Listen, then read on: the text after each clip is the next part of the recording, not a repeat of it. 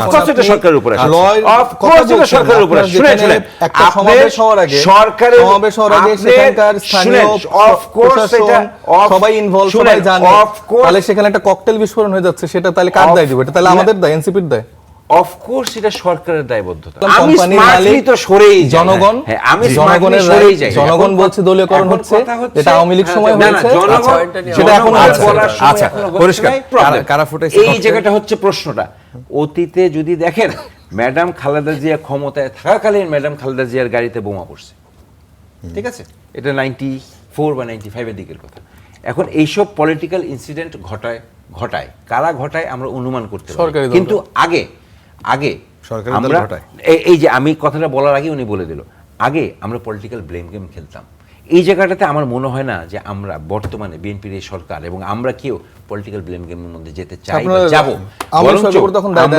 আমরা কোনটা যখন বিএনপির উপরে হামলা, আমি কিন্তু সেই 94 সালের কথা বলছি, তখন আওয়ামী লীগ সরকার আন্দোলন করছে এবং আওয়ামী লীগ সরকার ম্যাডামের গাড়িতেই ফেলেছে এবং আওয়ামী বিরোধী দল হ্যাঁ ফেলেছে। কিন্তু তখনকার সিচুয়েশন আর এখনকার সিচুয়েশনে আমরা কিন্তু বলছি না যে আপনি যেরকম ফাট করে বলে ফেলেন বিএনপি, আমি কিন্তু ফাট করে বলতে পারতাম আওয়ামী লীগ করছে, বা ফাট করে বলে ফেলতাম যে এনসিপি নিজেই করে অ্যাটেনশন ড্র করছে, বলতে পারতাম। আকিজ এসেনশিয়াল সরিষার তেল, স্বাদে ঘ্রাণে সেরা। But I am not going there, I am saying that এটা সুস্থ তদন্ত হতে হবে। তাহলে এটা কি আপনাদের উপর আসে না? যখন অফকোর্স এটা সরকারের উপরে আসে, অফকোর্স এটা সরকারের উপরে আসে। শুনেন একটা সমাবেশ হওয়ার আগে সেখানকার স্থানীয় প্রশাসন সবাই ইনভলভ, সবাই জানে, তাহলে সেখানে একটা ককটেল বিস্ফোরণ হয়ে যাচ্ছে, সেটা তাহলে কার দায় দিবে? এটা তাহলে আমাদের দায়, এনসিপির দায়? অফকোর্স এটা সরকারের দায়বদ্ধতা, ঠিক আছে। এখন কেউ একজন ঢুকে যদি এখানে একটা কিছু করে যায়, সেটার জন্য যে আমরা সবাই জানি ঘটনাটা সেরকম নাও হতে পারে, ঠিক আছে।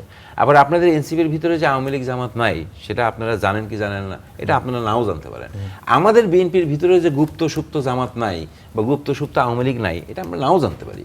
কিন্তু এখন যেই পরিবেশটা সৃষ্টি হয়েছে, এখন এদেরকে আমরা খুঁজে বের করবো, ছাকনি দিয়ে ভাই খুব স্মার্টলি আমাদের যে পয়েন্টটা ছিল সেটা থেকে সরে গেছে। আমরা যেটা বলছিলাম কোম্পানির মালিক তো সরেই জনগণ, আমি জনগণের সরেই যাই, জনগণ বলছে দলীয়করণ হচ্ছে, এটা আওয়ামী লীগ সময় হয়েছে, সেটা এখন আচ্ছা পরিষ্কার ডক্টর। আচ্ছা আমরা একটু বলে যাই যে আপনারা যদি দলীয়করণ মনে করেন যেই ব্যক্তিকে অ্যাপয়েন্টমেন্ট দেওয়ার কারণে, আমার সাজেশন থাকবে as a general citizen, BNP সমর্থক বা কর্মী হিসাবে না, আপনারা অল্টারনেটিভ নিয়ে আসেন। আচ্ছা দেখেন সরকার কি করে নিতে পারে। ডক্টর ফরিদি